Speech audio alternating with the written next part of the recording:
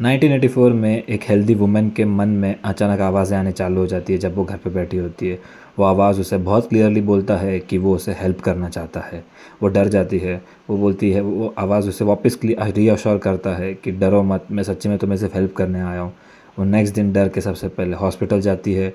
वहाँ पे डॉक्टर्स उसे कहते हैं कि आपके साथ कुछ प्रॉब्लम तो नहीं है, पर शायद ये कोई तरह के हेलुसिनेशन हो सकते हैं। तो उन्होंने हेलुसिनेशन के हिसाब से उसका ट्रीटमेंट चालू कर देते हैं। और कुछ हफ्तों के ट्रीटमेंट के बाद वो ठीक हो जाती है और वो बहुत खुशी से आके डॉक्टर्स को वापस थैंक भी करती है। तो डॉक्टर्स को सच्ची में लगता है कि ये कोई हेलुसिनेशन नहीं था और सच्ची में उसको तकलीफ़ तो हो रहा था, पर मेडिकली ये चीज़ प्रूव नहीं कर पाए थे वो। पर वो इसी खुशी में वेकेशन पे चली जाती है और वेकेशन पे उसे आवाज़ फिर से आना चालू हो जाता है। और इस बार आवाज़ बहुत स्पेसिफिक थे।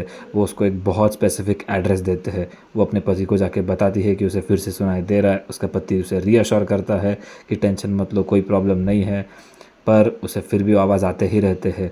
फिर उसका पति अंडरस्टैंड करता है और वेकेशन बीच में ही रोक के वो लोग चले जाते हैं उस एड्रेस पे। और वो एड्रेस एक सीटी स्कैन हॉस्पिटल होता है, मतलब एक डिपार्टमेंट होता है जहाँ पे सीटी स्कैन होता है। और वो आवाज़ उसे क्लियरली बोलते हैं कि उसका एक ब्रेन स्कैन कराओ और चेक करो कि उसको एक ट्यूमर है और एक जगह स्वेलिंग भी हुआ है ब्रेन में।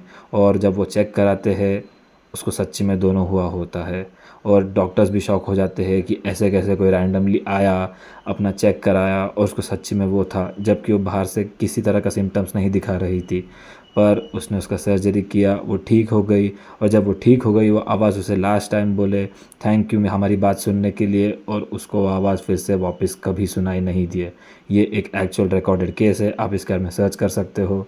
ये 1984 में हुआ था और 1997 में पब्लिश हुआ था एक जर्नल में।